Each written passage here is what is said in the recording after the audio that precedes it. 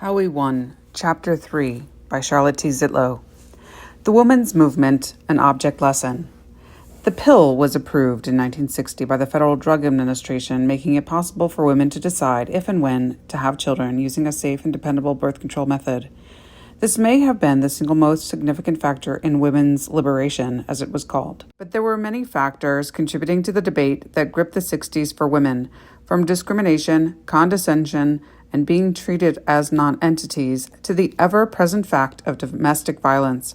Women's issues were becoming recognized nationally.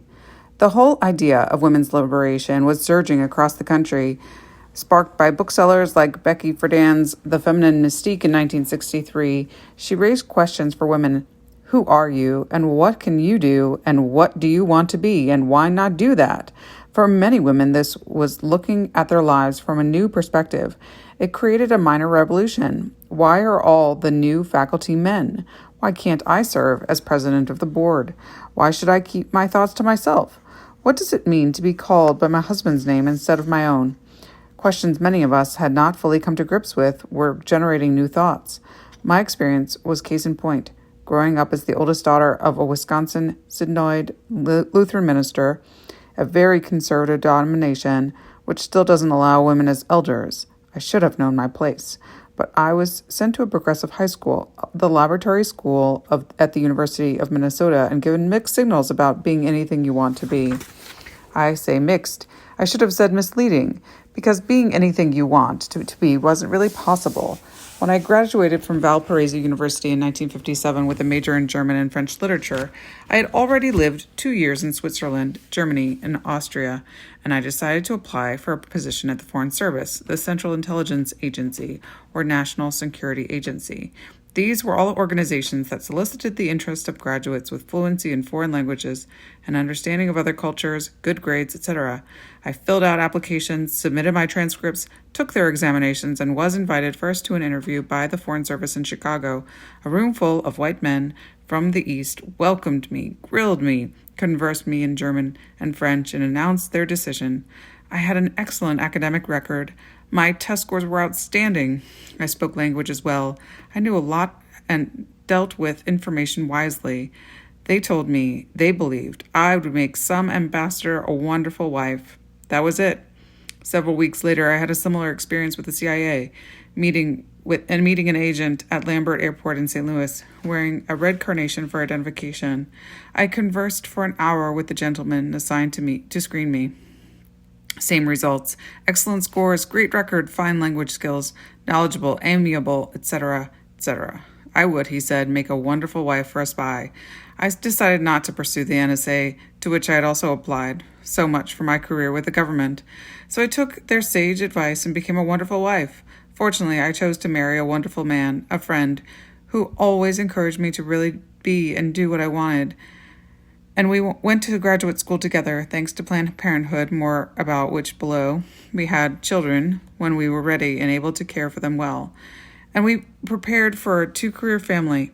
When we arrived in Bloomington in 1964 with one small child and another on the way, I had completed 2 of the required 3 preliminary examinations for a PhD in linguistics at the University of Michigan. I had every intention of completing that degree and of teaching German linguistics here or wherever the professional opportunity arose, following my husband to his first academic job. We were ready to settle into a normal professional life, raising children and working as subjects we loved. It was not to be, at least not as we had imagined it.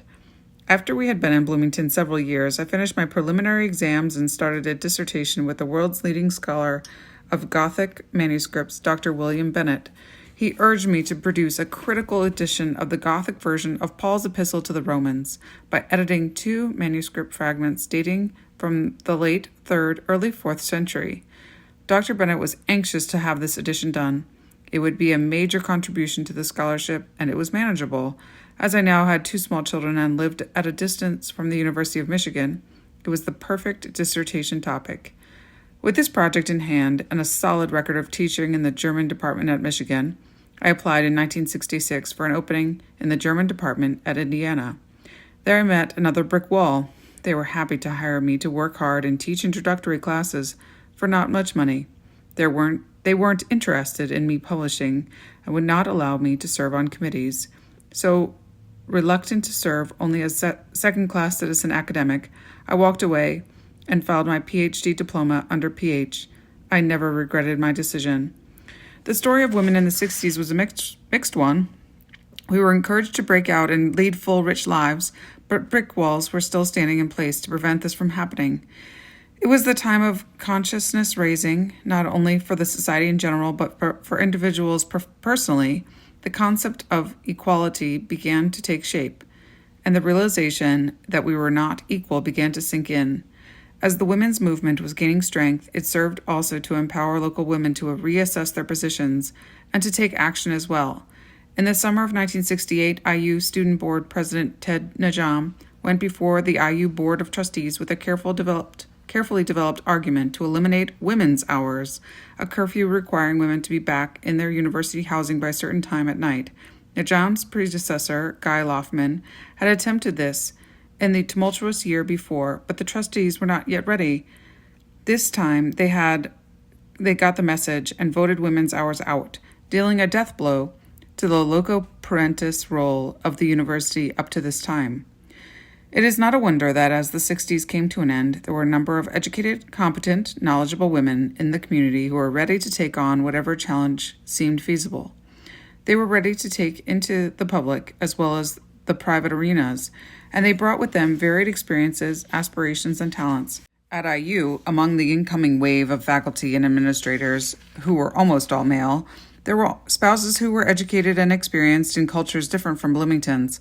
While many of them did not seek employment, those who did found few opportunities to challenge their skills, and they began instead to create volunteer responses to needs they identified in their new hometown. In fact, if one were to study the rise of social services in small college and university towns across the United States, it is likely that the proliferation of organizations addressing poverty, healthcare, education, and cultural concern was due, in large part, to the efforts of well-educated and underemployed faculty spouses.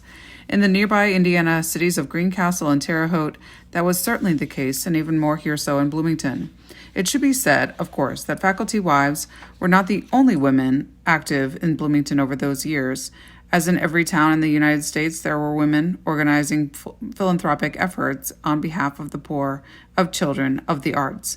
Church Women United, the local Council of Women, the Women's Club, many sorority auxiliaries, and the auxiliaries of services for boys were always active here, but it is noteworthy that the major fundraising charity in Bloomington in the 50s and 60s, the United Fund, did not include women on its board, had only a few women heading campaigns, and services for girls and women were notably absent from their lists of approved agencies.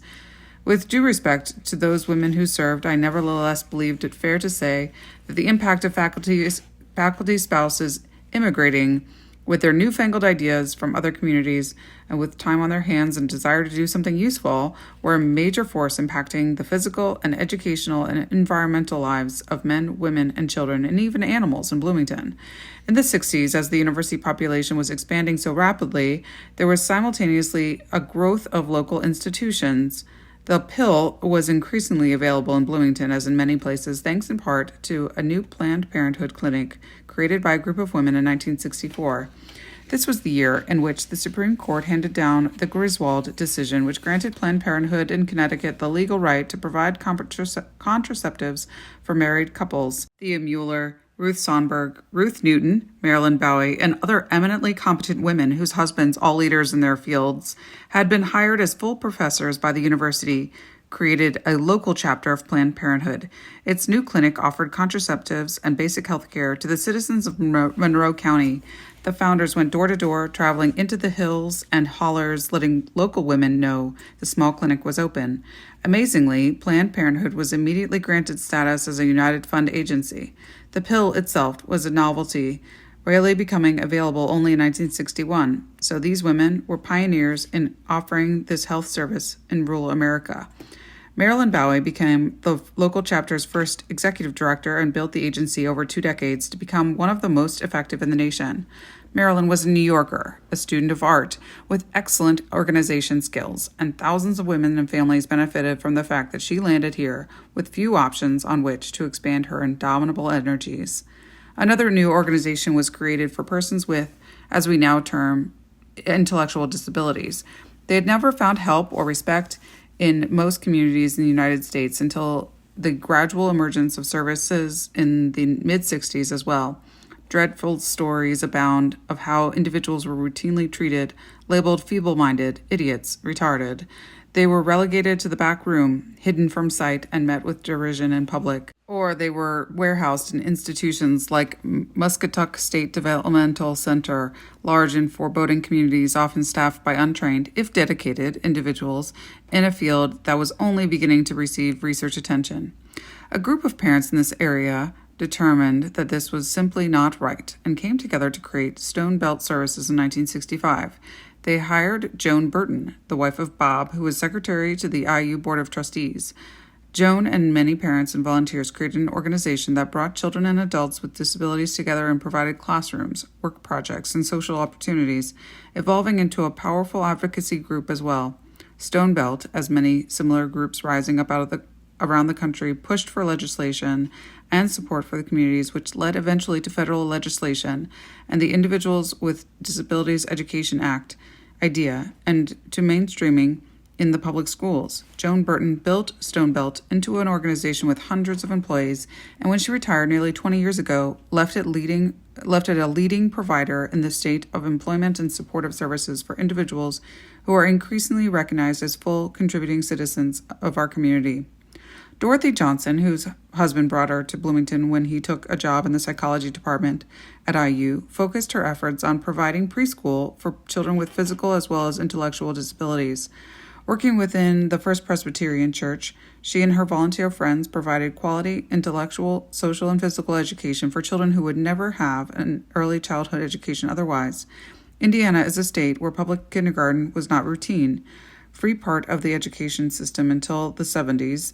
It is still underfunded and not mandatory today. To this day, Indiana ranks 47th in access to preschools, even as the demand for educated workforce grows. Private preschools, often cooperatives, were founded and maintained mainly by volunteers and frequently underwritten by churches. They were a critical addition to the range of options afforded both long-time local residents and the growing flood of young families moving to the area. Sue Yamaguchi, wife of Harry, an IU psychology professor, ran Children's Corner Cooperative for years, a model program. Elizabeth Lemon, the former Mrs. Tom Lemon, later Puckett, helped found the oldest daycare in Bloomington, Monroe County United Ministries. Fran Feddersen, whose husband Dan ran the radio and television programs at IU, organized the 4 C's: Cooperative Coordinated Child Care. Pat Agnew and Sonia Clawitter, later Sonia Johnson, ran little nursery schools out of their homes, and they were more and more. Without the faculty and staff wives, such options would not have existed. One local female immigrant was a force of nature in creating organizations to address community needs. Mary Alice Gray came to IU in 1956 with her husband Donald, a professor of Victorian literature in the English department. Well-educated and energetic, smart and resourceful, she looked around for outlets for her talents. Mary Alice eventually helped put together the plan for creating the Monroe County Community School Corporation, which was approved by voters in 1968. She worked with Jack Hooker, the mayor at the time, to promote the concept of land use planning, and she was president of the Monroe County Public Library Board when it constructed its new home at the corner of Lincoln and Kirkwood. Mary Alice was one of the very first female members ever of the United Fund Board, having been elected to the position in 1967, but she was always referred to as Mrs. Donald Gray. When the Great Society began to make itself felt here in Monroe County, the first director of the newly conceived Community Action Program was a man, but the overwhelming source of volunteer support was women, local, and recently arrived. The director of Head Start, Mary Norris, was a remarkable educator from the West Side. The Community Service Bureau was headed by Os Loescher, the wife of Sam, an economics professor. By 1968, Os was coordinating volunteer efforts for all of the new and traditional organizations. She was instrumental in helping hundreds of local citizens who had otherwise unmet needs in the community, matching volunteers with projects. When I finished my doctoral dissertation in 1969 and needed a volunteer opportunity to work on, ICE sent me out into the county to transport people to medical appointments or shopping, or to take them home from Stonebelt. Later that year, I found myself filling a need for which I was not trained, coordinating the Red Cross Water Safety Program before the city of Bloomington started providing swimming lessons in the early 70s. Yet spouses were not only creating new and needed programs, they were also assuming responsibilities for local institutions. Beth Carter, wife of Byram, the dean of the School of Arts and Sciences and later VP and Bloomington Chancellor of Indiana University, was one of the first members elected to the board of the newly formed Monroe County Community School Corporation. She was active in the League of Women Voters and Tulip Trace Girl Scout Council, which was not funded by the United Fund until the late 60s, and a force throughout the community. Virginia, Ginny Rose, wife of Richard, another IU psychologist, brought her Minnesota values to southern Indiana and served in many capacities. She was elected to the new MCCSC school board early on. Ginny struck an alliance with Monroe County natives Bob Thrasher and Marion Young, which took up the cause of providing education in rural and low-income areas on the west side and in the county that was equal to the schools in the east side neighborhoods. She served on the Bloomington Hospital Board and chaired the library board, which expanded its facilities in the 90s. Ginny became an executive assistant to the Monroe County Commissioners in 1983. As the well-trained daughter of a contractor, she oversaw the details of the total restoration of the Monroe County Courthouse in 1983 through 1985. Faculty spouses were beginning to turn their energies to politics as well. As the anti-war and civil rights movement gained momentum, faculty spouses rallied to the causes. In 1964, James Dinsmore, professor in the psychology department, threw his hat into the congressional race in what was then Indiana's 7th district. Jim ran as a peace candidate, a candidate whose major issue was the opposition to the escalating situation in Vietnam. He fought a valiant fight, but Indiana was not ready to question the national military, and he lost the primary. His wife Kay, however, who was secretary to the Victorian Studies program and a formidable one at that, discovered she had excellent skills at political organization and went on to be a mentor to what was developing into the new Democratic Party in Monroe County. She was eventually joined by many faculty spouses. Pat Gross, wife of Bob, a fabled professor in the English department, became an equally formidable precinct committee woman, and they were joined by Sarah Wolfe, wife of Michael, director of Victorian Studies, and more. The labor studies spouses included two strong leaders. The first was Shirley Connors, wife of Terry, who was a hard-working precinct organizer from the early 60s and helped form the Citizens for Good Government in 1968. Terry Connors ran a spirited and articulate campaign for the Democratic nomination for Congress in 1968, and Shirley was one of his staunchest and most effective supporters. Note, in the Dinsmore and the Connors races, Eldon Timpton of Jasonville, a retired naval officer, became the Democratic nominee. He would run unsuccessfully 4 times. The second labor studies spouse was Jamie Murphy, whose husband, Whit, joined the department in the late 60s. She, too, was a force who would be elected county clerk in 1970 and would go on to become county Democratic Party chair. Patty Pizzo, wife of Tony, a local pathologist, Marge Appleman, wife of Phil in Victoria Studies, Pat Leal, wife of John in the sociology department, and more were all ready to participate in the growing political tide. One of the most dominating local personae as the 60s surged to their conclusion was Nancy Solomon, the divorced wife of Wes Solomon, a philosophy professor. Nancy ran a sort of salon open house for political activists, which became a locus of strategizing as the 1970 and 1971 elections approached. And as stated above, Gloria Inguadanos, wife of Spanish professor Miguel, encouraged and ran a successful campaign for Bloomington Township trustee of Rev. Ernie Butler. In sum, while Bloomington, like most towns of its size, had a patchwork of services for the needy, as they were called, and women's organizations that performed good works, there were many gaps. Unlike most towns of its size in Indiana, Bloomington experienced a flood of women, faculty wives, who arrived from all over the country and all over the world. They brought new ideas, an expanded vision of what could be done, and new demands. The impact they had on the community in the 60s laid the groundwork for the upheaval of the political order in the decade to come.